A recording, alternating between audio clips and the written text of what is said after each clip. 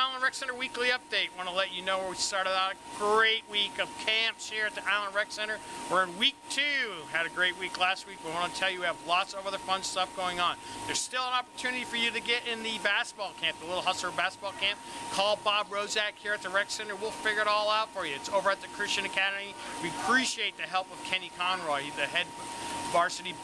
I think he's doing the girls now, I'm not sure, but he's he did both teams last year. He's a great coach, and we have an excellent opportunity for you to still be involved. We're going to remind you about Joe Monagnere's lacrosse camps, 2 sessions. We have a high school session, and we have a little guys session in the evening hours. Go to islandreccenter.org. We're also coming up a girls lacrosse camp next week, Monday through Wednesday. We also have swim lessons you can still sign up for. Have lots of great stuff. Tennis lessons still.